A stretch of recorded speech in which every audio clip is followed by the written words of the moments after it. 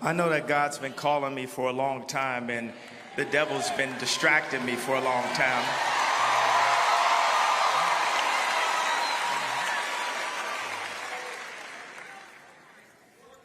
And when I was, in my lowest points, God was there with me and sending me visions and inspiring me. And I remember sitting in the hospital at UCLA after having a mental breakdown, and there's documentations of me drawing a church and writing start a church in the middle of Calabasas. And even after that, I went and made the Life of Pablo album. I said, this is a gospel album.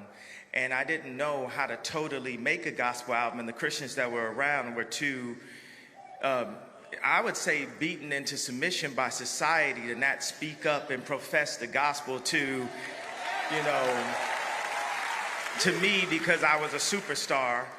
So, but the only superstar is Jesus.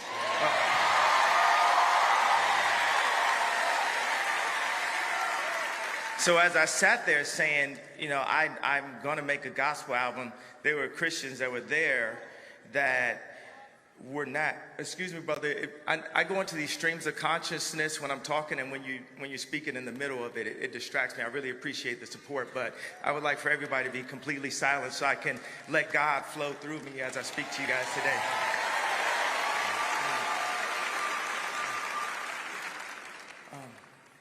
So in the studio, and this studio, it's going to compare to places that you're in life where people tell you to quiet your voice and not talk about Jesus, so loud. But everything else is so loud around us. When I'm in California or when I'm in Vegas, they got posters up advertising, sex trafficking.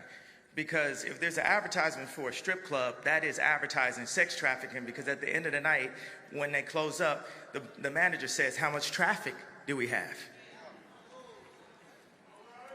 So if it's a man that's going through things with his family or going through things at work and he feels he has to go there, we all end up participating, whether it's the spirits that get advertised to us all the time.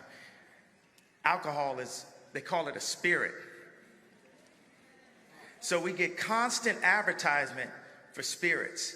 We get constant advertisement for strip clubs and other things like that. But then we bring up the name of Jesus, we're told to be quiet that down.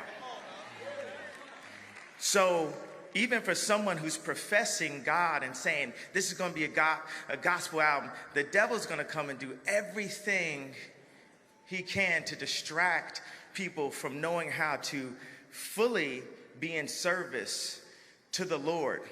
And all of that arrogance and confidence and cockiness that y'all seen me use before, God is now using for him.